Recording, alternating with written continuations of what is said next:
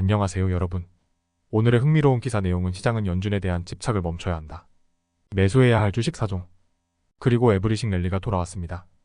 지속될 수 있을까요? 에 관한 것입니다. 우선 좋아요 버튼을 누르고 채널 구독 및 알림 설정도 잊지 마세요.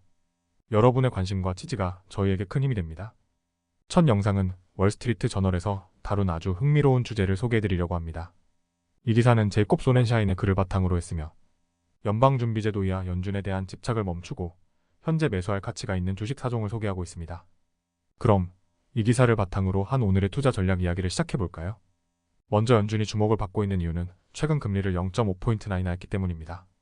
원래는 0.25포인트 인하가 예상되었지만 경제 둔화 조짐을 보고 큰 폭으로 금리를 내렸습니다. 이는 인플레이션을 낮추고 노동시장을 안정시키기 위한 조치입니다. 그렇다면 주식시장은 어떻게 반응했을까요? 연준의 발표 직후 3대 주요 지수는 잠시 주춤했지만 곧바로 다시 상승 모드에 돌입했습니다. 연준의 금리 인하로 인해 주식시장의 분위기는 낙관적입니다. 기업들은 매출과 이익이 증가하고 있으며 이런 흐름은 앞으로도 계속될 것으로 보입니다. 반면 채권과 같은 고정수익 투자에 대한 매력은 줄어들고 있습니다.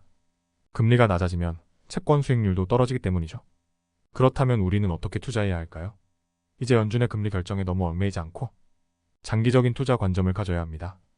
특히 채권 수익률이 떨어지는 상황에서 주식시장에 주목하는 것이 중요합니다. 특히 인공지능 AI가 같은 혁신 기술을 선도하는 기업들이 주목받고 있습니다. AI는 앞으로 세계 경제를 혁신할 핵심 기술로 평가받고 있으며 이와 관련된 주식들은 매출과 수익이 빠르게 성장하고 있습니다. 월스트리트 저널이 추천한 주식 사종은 바로 브로드컴, 마이크론, AMD 그리고 엔비디아입니다.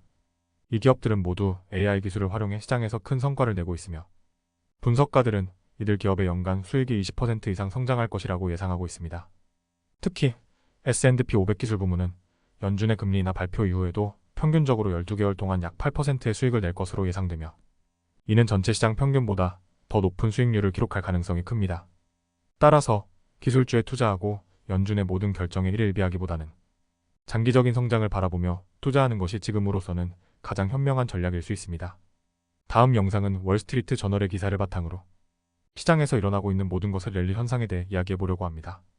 이 기사는 이안 솔츠베리의 글을 참고했고 연방준비제도이하 연준의 금리 인하가 어떻게 다양한 자산 가격에 영향을 미치는지에 대해 다루고 있습니다. 그럼 지금부터 자세한 내용을 함께 알아보겠습니다.